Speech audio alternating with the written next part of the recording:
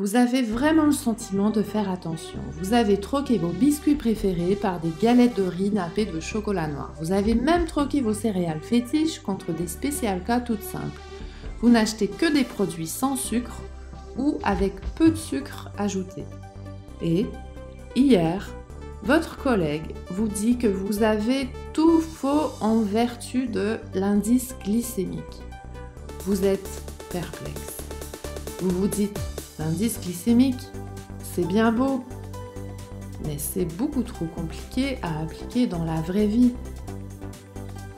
Vous êtes désespéré de devoir rajouter encore des aliments dans la liste des choses qu'il ne faut plus acheter.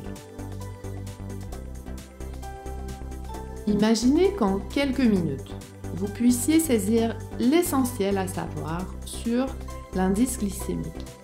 Imaginez que ces informations essentielles soient non seulement simples à retenir, mais tout aussi simples à mettre en application. Bon, je vous ai fait rêver. Il y a vraiment beaucoup de choses à dire sur l'alimentation à faible indice glycémique. Elle préviendrait un tas de maladies chroniques et inflammatoires. Ça mérite donc qu'on approfondisse un peu plus les choses.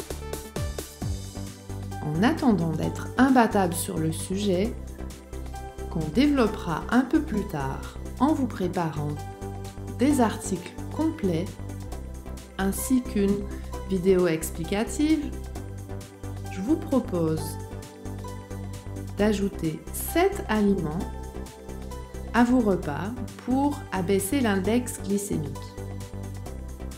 La première famille d'aliments à rajouter, ce sont les aliments acides. Pensez à assaisonner vos plats avec du citron ou alors du vinaigre de cidre ou du vinaigre de vin. La deuxième famille d'aliments, c'est les épices.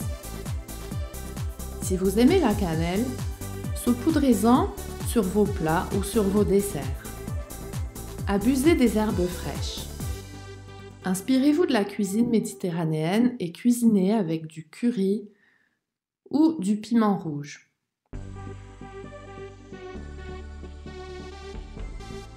La troisième famille, les boissons.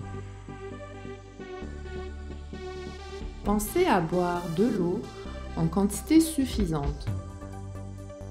De nombreuses études montrent que le thé vert abaisse l'index glycémique du repas. Vous pouvez boire jusqu'à 2 ou 3 tasses de thé vert par jour. Si vous aimez le vin et que ce n'est pas contre-indiqué pour vous, vous pouvez boire 1 à 2 verres de vin en milieu de repas. Quatrième famille, les fibres.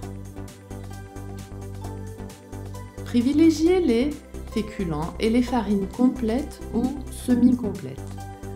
Pensez aux pseudo-féculents comme le quinoa, le sarrasin et les légumineuses. Favorisez les fruits frais dès que possible, plutôt que les fruits transformés comme les compotes ou les jus. Ajoutez une cuillère de son, de psyllium ou de graines de chia à vos soupes, salades et laitages. Cinquième famille. Préparez vos plats avec un mélange d'huile d'olive et d'huile de colza.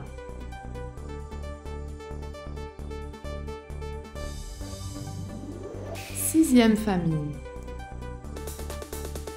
les protéines. Pensez à ajouter des protéines aux féculents. Cela permettra de réduire leur vitesse d'absorption. Finalement, la septième famille, les légumes. Essayez d'associer systématiquement des légumes aux féculents. Une petite quantité d'oignons crus, par exemple, serait particulièrement efficace pour abaisser l'index glycémique d'un repas. En clair, faites un repas complet à l'image de l'assiette santé Nutriphase, riche en fibres, avec de bonnes matières grasses crues comme l'huile d'olive ou l'huile de colza, comprenant des protéines et des légumes.